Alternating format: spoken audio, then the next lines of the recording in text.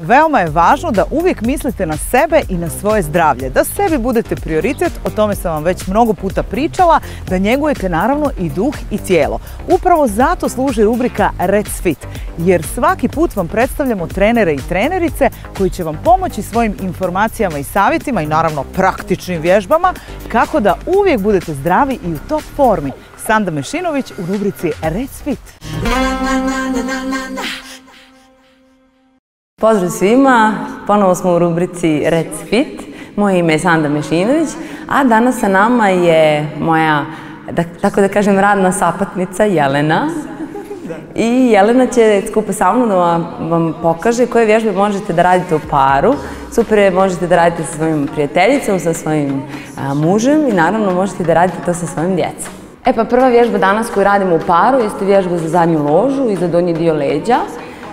Partner kojeg ste izabrali, a ja sam danas izabrala Jelenu, stoji preko puta vas, noge su raširene u širinu kukova, jednim drugima date ruku i u principu ravnih leđa sjedate polako nazad i vraćate se gore. Ne idete do kraja, bitno je kao da se malo odaljite jedno od drugog, kao da ćete se pustiti, ali to ne uradite. Jedan, to, leđa ravna, osmih uvijek na lice, tako. I pritom se dobro zabavljajte. Ok, druga vježba je zabavnija od prve. Isto je za donji dio leđa i pomoći vam u stvari da za vrlo kratko vrijeme oblikujete zadnju ložu. Ja neću mnogo da pričam, nego ću da vam pokažem kako se radi. Stanete sa partnerom leđa u leđa, ne približavate se, već napravite određeni prostor.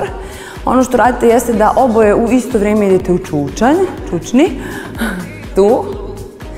I ja se okrećem na svoju desnu stranu i partner se okreće na svoju desnu stranu i pjesnete se rukama. Dobijate zasuk, znači radi i struk i ide sljedeća, čučnete dole i onda idete na lijevu stranu i pljesak. I sad ćemo to da vam pokažemo.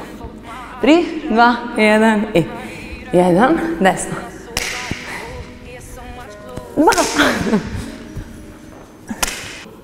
Nastavljamo sa vježbanjem u paru. Sada ćete raditi malo i vježbe istezanja, zadnje lože leđa i ovog dijela za noge. Par koji je odnosno osoba koja je preko puta tebe postavi stopala na unutrašnji dio, znači na članke. Noge su ravne, ne smiju se dizati sa poda, leđa su ravna, ponovo se zagrlite, uhvatite za ruke i u stvari teglite jedni drugi koliko možete. Leđa su ravna, ne smijete da radite ovo, jako pogrešno. Leđa moraju da budu što ravnija. Osjetit ćete istezanje unutrašnje lože, kao i donjeg dijela leđa. I isto tako u jednom momentu ćete stići do gornjeg dijela leđa i onda zabava počinje. I evo, danas smo se družili u paru u rubrici Rec Fit. Nadam se da se vidimo opet i nadam se da ćete vježbati do sljedećeg puta kada se vidimo. Želim vam rekreativan dan i želim vam prijatno vježbanje. Vidimo se!